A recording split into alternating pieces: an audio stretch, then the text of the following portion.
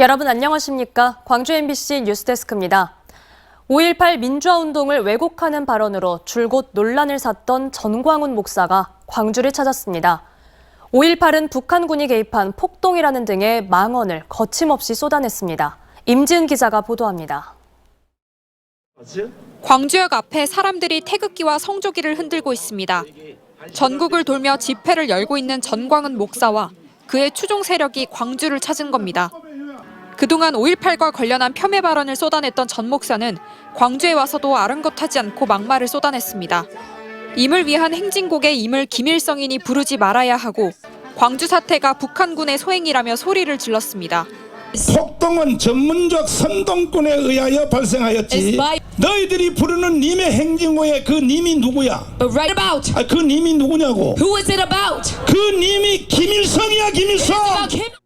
전 목사는 또 전두환이 회고록에서 주장했던 대로 5.18 당시의 헬기 사격을 부정하면서 실제로 헬기를 동원해 사격을 해보자는 주장을 하기도 했습니다. 전두환은 지금 돌아가셔서 안 계시니까 내가 주장하겠습니다. 똑같은 헬기를 가져와서 한번 그 빌딩 그 자리를 향하여 사격을 한번 해보자고. 5.18 단체는 전 목사를 명예훼손 혐의와 5.18 왜곡처벌법 위반 혐의로 고발할 계획입니다. 이제 이런 일들이 계속 공공연하게 자행되고 있는 점에 대해서는 정부는 물론이고 해당 기관에서 엄격하게 처벌해야 한다고 생각을 합니다. 5.18 43주년 기념일을 3주 앞두고 광주를 찾아 광주 항쟁을 폄훼하고 왜곡한 전광훈 목사의 발언에 광주 시민들이 분노하고 있습니다. MBC 뉴스 임지은입니다.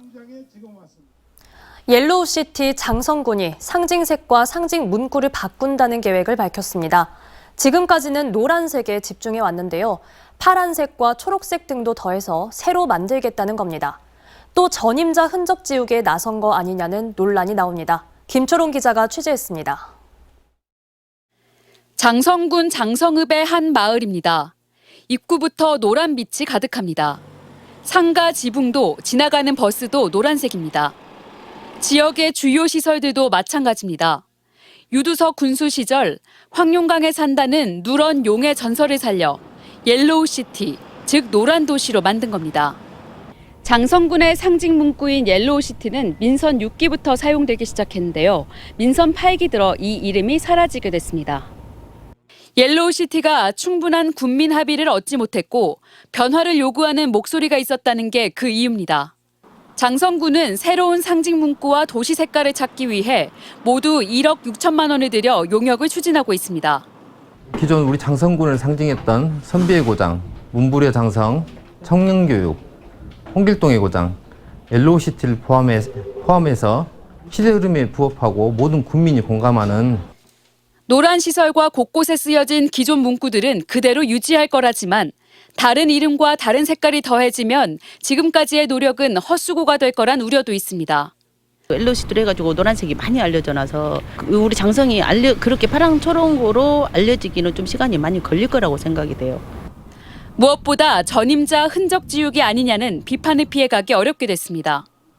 원래 당선되고 나면 제일 먼저 전임자 흔적 지우기부터 시작을 하죠. 1년이 지난 가까이 돼서 다시 그걸 추진한다라고 하는 게 적절한 것인지 이런 돈들을 좀 줄여가지고 주민들한테 직접 도움이 될 수 있는 사업들을. 지난 군수 때도 직원의 자택을 노란색으로 칠하게 해 논란을 빚은 바 있는 장성군. 군수가 바뀌자마자 불거진 색깔 논란으로 또다시 홍역을 겪고 있습니다. MBC 뉴스 김초롱입니다. 매년 자치단체들은 이맘때쯤 간판을 가린다는 민원 등을 이유로 도로 위 가로수에 가지치기를 하고 있습니다. 다만 윗부분을 전부 잘라내 마치 닭발이나 전봇대를 떠올리게 하는 무리한 가지치기가 이뤄지고 있는데요. 이런 방식이 맞는 거냐는 논란이 나옵니다. 유민호 기자입니다. 광양 서천 도로를 따라 느티나무가 쭉 늘어서 있습니다. 지난달 시청에서 나와 가지치기를 해놓은 건데 나무 수십 그루 윗부분이 댕강 잘려나갔습니다. 마치 닭발을 연상케 하는 모습입니다. 나무가 전선에 걸린다거나 상가 간판을 가린다는 민원 때문에 매년 가지치기가 이뤄지고 있습니다.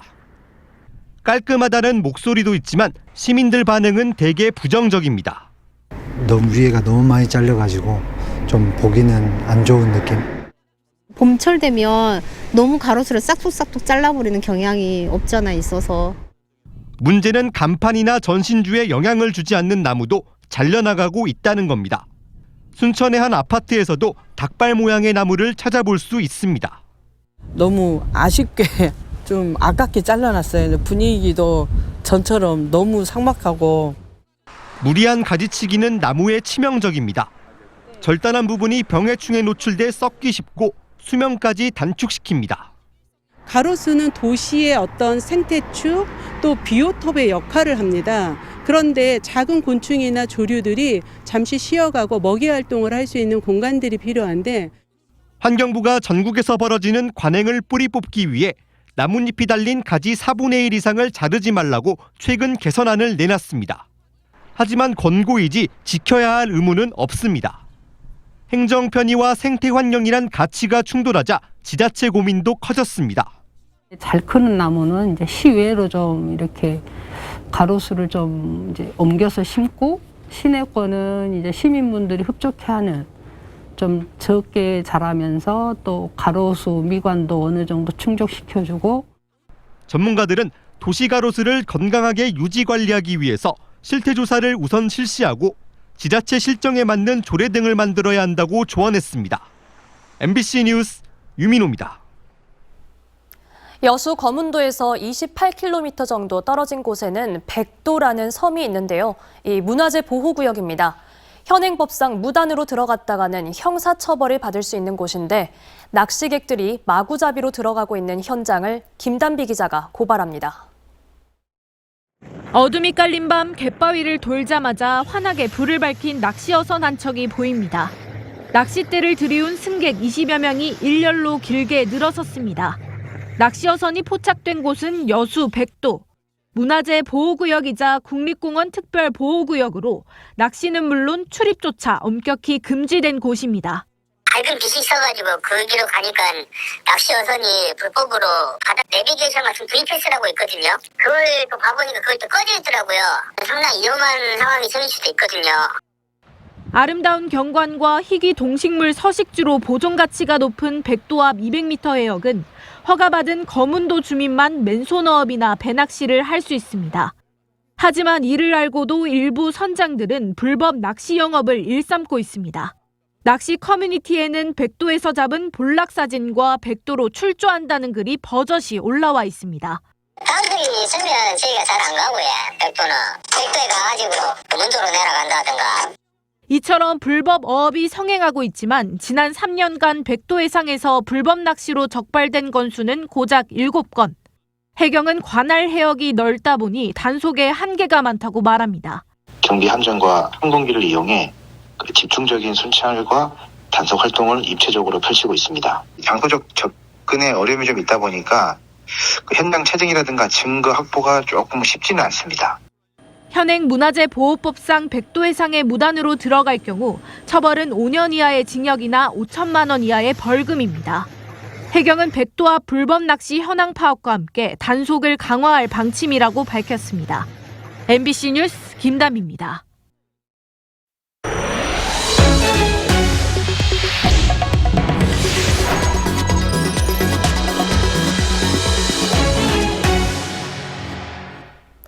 오늘 오전 11시 50분쯤 광주 서구 치평동의 한 사거리에서 경차가 가로수를 들이받은 뒤 전복돼 60대 여성 운전자와 80대 동승자가 부상을 입었습니다.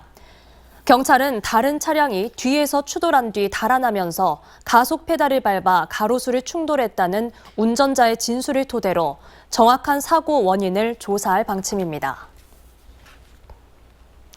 사회적 문제로 떠오른 전세 사기 피해 예방을 위해 광주시와 지역 유관기관 등이 임대보증보험 가입 여부 전수조사 등에 나섭니다. 광주시와 LH, 허그와 도시공사, 경찰청과 공인중개사협회 등은 오늘 시청에서 긴급 간담회를 갖고 지역 임대주택 4만여 가구의 실태 점검과 청년 전세 반환 보증료, 긴급 주거지원 제도 등을 점검했습니다. 아직 지역에서 전세 사기 피해 사례는 확인되지 않고 있지만 향후 발생을 대비해 임차인 재산권 보호와 주거 안정 지원 방안도 공유했습니다. 중대재해 없는 안전한 건설 현장 조성을 위한 결의대회가 오늘 광주시청에서 열렸습니다. 광주시와 광주지방고용노동청, 안전보건공단 광주광역본부 등은 무재해 결의를 선언하고 사전 예방체계 구축에 노력하기로 했습니다. 이 자리에서는 건설 현장 위험 요인을 점검하고 또 산재 예방에 대한 안전보건 특강도 열렸습니다. 정무창 광주시의회 의장이 윤석열 대통령의 대일 외교 문제와 관련해 관계 개선의 전제 조건은 진정성 있는 사죄라고 강조했습니다. 정 의장은 오늘 임시회 개회사를 통해 100년 전 일을 가지고 일본을 무릎 꿇게 해야 한다고 생각하지 않는다던 윤 대통령의 발언은 주권자인 국민을 분노하게 했다며 역사 문제든 외교 관계든 사죄가 전제돼야 한다. 이는 정치와 행정에서도 새겨야 할 대목이라고 말했습니다. 한편 광주시 의회는 다음 달 11일까지 시교육청 추경안 심사를 비롯해 51건의 조례 등을 심의합니다. 산하 공공기관 통폐합을 추진 중인 광주시가 경영 효율성을 높이기 위한 본격 구조조정에 들어갑니다. 오늘 오전 32개 산하 공공기관에 조직진단 용역 최종 보고회를 개최한 광주시는 기능이 유사하거나 중복되는 8곳을 4곳으로 통합하기로 발표했습니다.